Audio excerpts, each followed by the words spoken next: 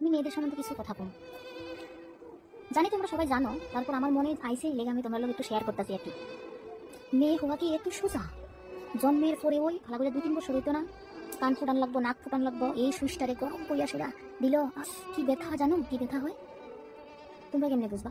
তোমরা তোর মেয়ে না। তারপর তোমার 10-12 বছর হইতে যখন না তুমি কি ব্যথা একদম সহ্য করতে না, ব্যথাটা কেন জানো? পিরিয়ড, এই পিরিয়ডের ব্যথাটা না একদম সহ্য হয় না, খুব কষ্ট হয়। তোর মা চাইলে কি করবে জানো? কেউ কিন্তু কোচ না, এটা কিন্তু লজ্জা, সবাই জানলে তোর মন্দ করবো। নিজে নিজে এটা সহ্য করি, কেউ চালাই না তো। তুমি আস্তে আস্তে আরেকটু বড় হইবা, পড়াশোনা চালাইবা, এদিকে মা কইবা ঘরের কাজকর্ম কিছু শিখ, শ্বশুর বাড়িতে গিয়ে সেটা কথা শুনে লাগবো। পরের মা কইবো মাকে কিছু শিখাই আবার আইসে না, তো এদিকে পড়াশোনার লগে লগে ঘরের কাজকর্ম দিয়েও করি, তো আমরা তো কেউ কিছু করি না, কোনো দুঃখ প্রকাশ করি না তো করি। তারপর এটা বিয়া, এই মা বাবা ভাই বোন সবাই নিজের স্বপ্ন আল্লাহ সব সব জায়গা দিয়া জায়গা একজনের দিকে চায়া জায়গা ওই তার বাড়িতে, তো কোনো কমপ্লেন করি না তো।